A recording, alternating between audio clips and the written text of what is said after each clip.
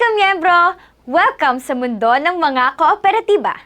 Narito ang mga dapat mong malaman bago ka sumabak sa iyong mga tungkulin.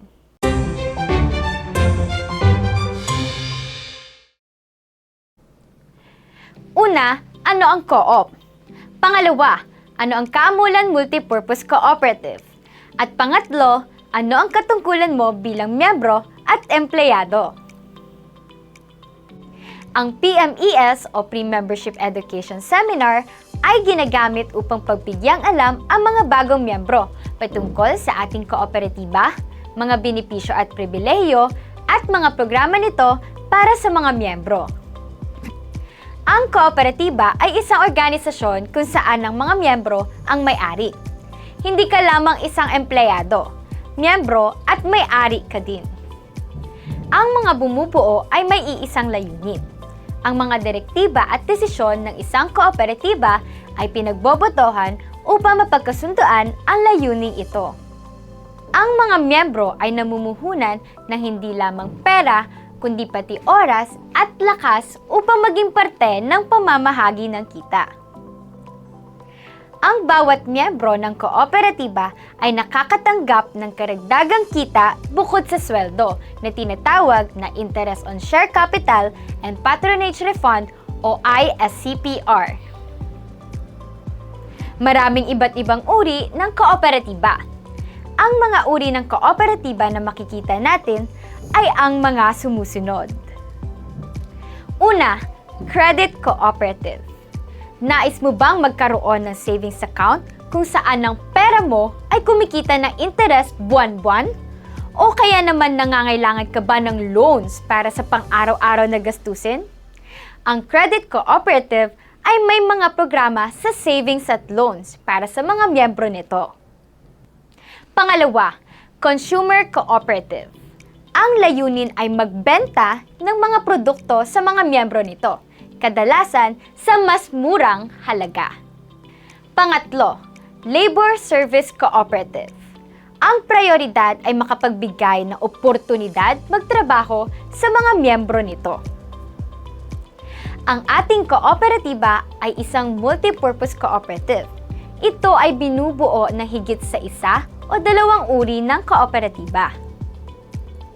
Ano ang kaibahan ng manpower agency sa ating kooperatiba? Sa agency ay limitado lamang ang ating natatanggap. Trabaho, sahod, benepisyo mula sa gobyerno, at kinakaltasan ang mga manggagawa ng agency fee. Habang sa kooperatiba mayroon tayong trabaho, sahod, benepisyo mula sa gobyerno, ISCPR, libreng training na naaayon sa pangangailangan na papasukan, savings at loans programs, posibleng scholarship program para sa ating mga dependents, at marami pang iba. Bilang isang kooperatiba, tayo ay sumusunod sa 7 universally accepted cooperative principles na gabay sa lahat ng kooperatiba sa buong mundo. First principle, voluntary and open membership. Ang pagsali sa kooperatiba ay voluntaryo at walang diskriminasyon sa kasarian, politikal at relihiyon. Mayroong dalawang klase ng miyembro. Number 1, associate member. Lahat ay nagsisimula bilang associate member na mayroong benepisyo mula sa kooperatiba ayon sa tagal ng pagiging miyembro at kontribusyon sa kooperatiba. Number 2, regular member. Pag ang associate member ay tumagal na ng hindi bababa sa 2 taon bilang miyembro na may magandang performance record at dumaan sa proseso ng nominasyon, siya ay magiging regular member. Ito ay may dagdag na responsibilidad at magiging kabilang tayo sa General Assembly na may karapatang bumoto sa mga desisyon ng kooperatiba. Tandaan, ang associate at regular membership na ito ay membership sa kooperatiba at hindi status ng regular employment. Second principle, democratic member control. Bilang may-ari, ang mga miyembro ay kabilang sa paggawa ng desisyon sa mga polisiya ng kooperatiba.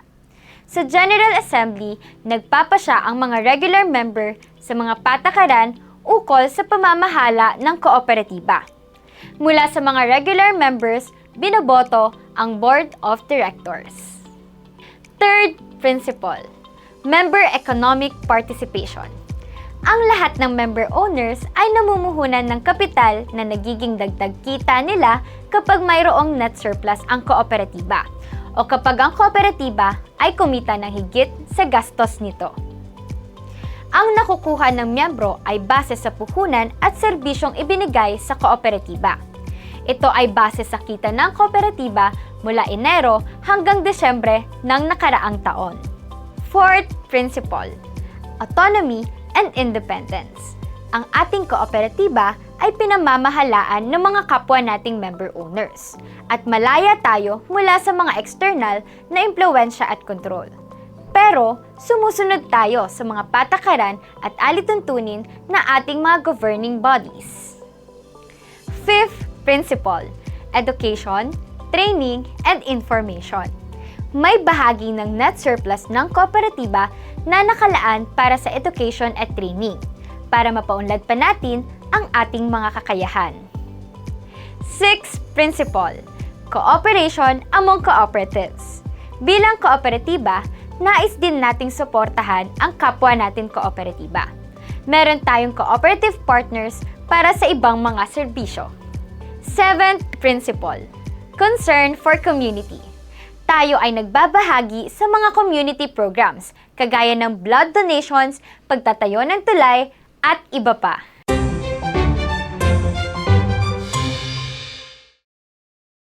Mag-recap tayo sa mga natutunan natin tungkol sa kooperatiba. Ang kooperatiba ay binubuo ng mga miyembro na nagtatrabaho at nagtutulungan patungo sa iisang layunin. At ang mga miyembrong ito ay mga may-ari din. Sila ay namumuhunan ng oras, lakas, at pera na nagbubunga sa pamamagitan ng pagbabahagi ng kita. May iba't ibang uri ng kooperatiba at ang isang kooperatiba ay maaaring buuin ng 2 o higit pang bilang ng kooperatiba na tinatawag na multipurpose cooperative. At sa kooperatiba, ikaw ay ginagarantiya ng trabaho, sahod, at benepisyo mula sa gobyerno kagaya sa mga agency. Pero sa kooperatiba, ikaw din ay makakatanggap ng Interest on Share Capital and Patronage Refund o ISCPR, trainings, savings at loans programs, scholarship grant para sa dependents, at marami pang iba. Ang 7 prinsipyo ng UACP na sinusunod ng ating kooperatiba ay: First principle, voluntary and open membership, kung saan may associate member at regular member. Muli, tandaan, ang associate at regular membership na ito ay membership sa kooperatiba lamang at hindi ang status ng regular employment. Second principle, democratic member control. Third principle, member economic participation. Fourth principle, autonomy and independence. Fifth principle, education, training, and information. Sixth principle, cooperation among cooperatives.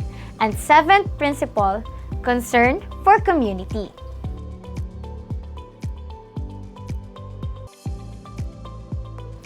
Ngayong alam na natin kung ano ang co-op, pumunta naman tayo sa kung ano ang Kaamulan MPC.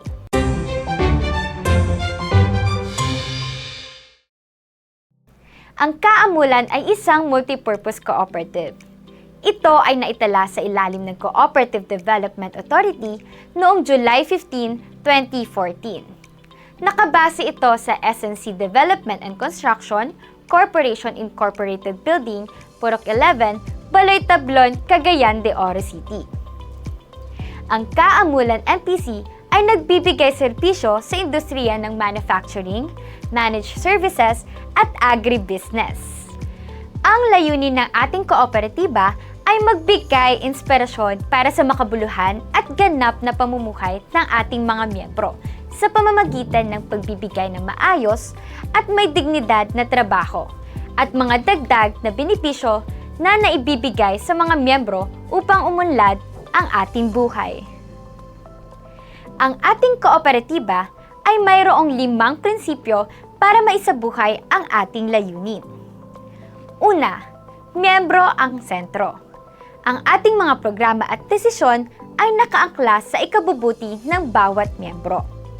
Pangalawa, pangkalahatang kabutihan. Ang bawat direktiba ay para sa pag-unlad ng karamihan at hindi ng iilan. Pangatlo, pagkukusa at responsibilidad. Ang lahat ng miyembro ay inaasahang kumilos ng naaayon sa layunin ng kooperatiba upang sama-samang umunlad ang bawat isa. Pang-apat, malasakit sa kapwa. Ang kooperatiba ay nakikisama din sa komunidad nito sa pamamagitan ng mga livelihood programs, medical missions, educational assistance, at ibang tulong. At pang-5, kahusayan sa sarili. Ang lahat ng miyembro ay inaasahan ng kooperatiba na magbigay ng kalidad ng trabaho upang kasabay ng pag-unlad natin ay umunlad din ang kooperatiba at ang ating mga kliyente.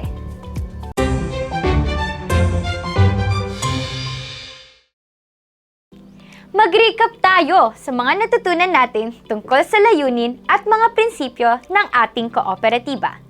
Ang layunin ng ating kooperatiba ay magbigay inspirasyon para sa makabuluhan at ganap na pamumuhay ng ating mga miyembro sa pamamagitan ng pagbibigay ng maayos at may dignidad na trabaho at mga dagdag na benepisyo na naibibigay sa mga miyembro upang umunlad ang ating buhay. Ang ating kooperatiba ay mayroong 5 prinsipyo para maisabuhay ang ating layunin. Una, miyembro ang sentro. Ang ating mga programa at desisyon ay nakaangkla sa ikabubuti ng bawat miyembro. Pangalawa, pangkalahatang kabutihan. Ang bawat direktiba ay para sa pag-unlad ng karamihan at hindi ng iilan. Pangatlo, pagkukusa at responsibilidad. Ang lahat ng miyembro ay inaasahang kumilos ng naaayon sa layunin ng kooperatiba upang sama-samang umunlad ang bawat isa. Pang-apat, malasakit sa kapwa. Ang kooperatiba ay nakikisama din sa komunidad nito sa pamamagitan ng mga livelihood programs, medical missions, educational assistance, at ibang tulong. At pang-5, kahusayan sa sarili. Ang lahat ng miyembro ay inaasahan ng kooperatiba na magbigay ng kalidad ng trabaho upang kasabay ng pag-unlad natin ay umunlad din ang kooperatiba at ang ating mga kliyente.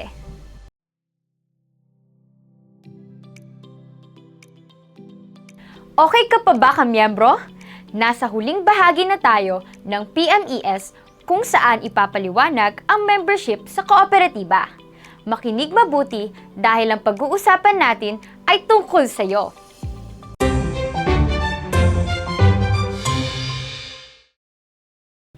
Sa ating kooperatiba, ikaw ay miyembro may-ari o member owner dahil sa iyong inambag na puhunan o share capital. Ang iyong share capital ay iyong investment sa kooperatiba para sa kapital nito. Ang share capital na ito kapag lumaki ang negosyo at magkaroon ng net surplus ay kumikita ng pera na ibinabalik sa mga miyembro. Ang bawat miyembro ay may pantay-pantay na responsibilidad sa pag-unlad or gains at mga pagsubok, losses, or failures ng kooperatiba. Paano ba maging miyembro? Kinakailangan na tayo ay empleyado ng kooperatiba. Step number 1, dumaan sa application process. Magpasa ng requirements gaya ng government numbers, clearances at IDs, proof of education, medical results, at photocopy ng inyong birth certificate. Step number 2, magbigay ng kalidad na serbisyo sa co-op at kliyente. Step number 3, mag-ambag sa membership fee at puhunan o share capital. Ano ang membership fee? Ito ay nagkakahalaga ng 500 pesos at ito ay hindi nare-refund. Pag ang miyembro ay nag-resign at bumalik muli kahit kailan, hindi na siya sisingilin ng membership fee. Ang 500 pesos ay ibinabawas kada sahod sa halagang 5% ng sahod hanggang mabuo ang membership fee. nga ba ang puhunan o share capital? Ito ay nagkakahalaga ng 10,100 pesos. Ito ay kumikita tuwing may surplus gaya ng nabanggit kanina. Ito ay kinakaltas sa sahod pagkatapos makumpleto ang membership fee. Hindi nagsasabay-sabay ang kaltas ng membership fee at share capital. 5% ng sahod kada cut-off ang ibabawas hanggang mabuo ang 10,100 pesos. Kapag ito ay buo na, automatic na titigil na ang pagkaltas nito sa sahod. Tandaan na ang share capital ay refundable o ibabalik sa miyembro kung siya ay magpasyang umalis sa kooperatiba. Tayo ay hindi lamang miyembro ng isang kooperatiba. Tayo din ay empleyado ng isang negosyo. Ang ating kooperatiba ay nagbibigay ng serbisyo sa mga kliyente nito kapalit ng pera, kaya ito din ay isang negosyo. Bilang empleyado ng co-op, tayo ay sumisweldo kada cut-off mula sa kinikita ng kooperatiba sa mga kliyente nito. Bilang miyembro, ikaw ay nakakatamasa ng mga benepisyo ng kooperatiba, kagaya ng ISCPR, loans at savings programs, medical claims, at maaaring maging benepisyaryo ang iyong dependents ng scholarship grants ng kooperatiba. Ang pagiging miyembro at empleyado natin ay hindi maaaring paghiwalayin. Kung miyembro ka ng co-op, ikaw ay nagtatrabaho pa rin sa naturing na co-op. At kung ikaw ay nagtatrabaho sa co-op, ikaw rin ay miyembro nito. Ano ang gampanin bilang miyembro? Punan ang membership fee at share capital. Magbigay ng kalidad na trabaho sa kooperatiba at kliyente. Makiisa sa pagtitipong pang-kooperatiba. Tangkilikin, suportahan at protektahan ang kooperatiba. Ano naman ang gampanin bilang empleyado? Tayo ay may responsibilidad na magbigay sa mga kliyente ng ating kooperatiba ng kalidad na serbisyo. Kapalit ng ating serbisyo, ang ating kooperatiba ay nagbibil at nangongolekta sa mga kliyente upang mapasweldo ang mga worker member owners nito. Bilang miyembro ng kooperatiba, ikaw ay magsisimula sa associate member at magiging regular member pagkatapos ng 2 taon ng pagiging butihing miyembro. Bilang empleyado naman ng negosyo, may 2 uri din ng empleyado. Una, tayo ay magsisimula bilang probational member sa loob ng 6 na buwan o higit pa. Depende sa kalidad ng serbisyong naibigay mo sa kooperatiba o kliyente ng kooperatiba. Kung sa loob ng 6 na buwan, ikaw ay nagpakita ng magandang performance, ikaw ay gagawing regular na empleyado na may dagdag kita at benepisyo. Sa ating kooperatiba, tayo ay mayroong mga member supervisor. Sila ang nagre-representa ng ating kooperatiba sa ating mga kliyente. Kapag may concern ng kliyente o tayong mga miyembro tungkol sa ating patrabaho o trabaho, ang gampanin ng isang MS ay maging tulay ng mensahe sa gitna ng kooperatiba, kliyente at mga miyembro. Ito ang tinatawag natin na Statement of Members Account o Payslip. Dito makikita ang computation ng sweldo, deductions, benepisyong mandato ng gobyerno, pati ang ating mga ipon at utang. Makukuha ang SOMA pagkatapos ng 2 bagay. Una, pagbigay ng kalidad na serbisyo sa kliyente. Pangalawa, pagpasa ng Service Activity Record, timesheet o DTR sa ating MS sa schedule ng pasahan. Ang SOMA ay matatanggap sa schedule ng sahod. Ang SOMA ay binubuo ng 3 bahagi. Una, dito nakikita ang gross at net pay o kung ano ang matatanggap natin sa payout, allowance at ang government-mandated benefits na ikinaltas sa sahod natin. Pangalawa, ito ay acknowledgement receipt kung saan makikita natin ang mga kaltas kung tayo ay nag-loan sa Partner Credit Cooperative, ang ating savings at ang ating ipon na share capital. Pangatlo, ito ay summary na may kopya natin at kopya ng office. Ang kopya ng office ay kinakailangan pirmahan at ipasa sa opisina. Inirekomenda na itago ang kopya natin upang tayo ay may binabalikan kung may tanong sa ating payout.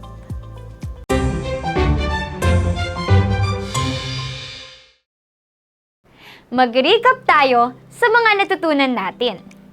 Ikaw ay isang member owner na nagbabayad ng membership fee na 500 pesos at share capital na 10,100 pesos. Ang mga ito ay hulugan at ikakaltas sa iyong sweldo kada cut-off sa halagang 5% ng iyong payout. Ikaw ay empleyado ng ating kooperatiba na nagbibigay ng serbisyo sa kliyente na nagbabayad upang ikaw ay mapasweldo. Tayo ay mayroong member supervisor na maaari nating lapitan sa mga tanong patungkol sa trabaho at kung kanino manggagaling at ipapadaan ang mga mensahe at balita sa pagitan ng miyembro at kooperatiba. Tandaan, si member supervisor ang maaari nating lapitan kung tayo ay may katanungan sa ating sweldo, deductions, patrabaho o anumang concerns tungkol sa co-op. Kada sweldo ay binibigyan tayo ng SOMA kung saan pinapakita ang sweldo, deductions, loans, at savings natin kung mayroon man. Ito ay dapat itago para may dokumentong maaaring balikan kung mayroon tayong concern sa sahod natin.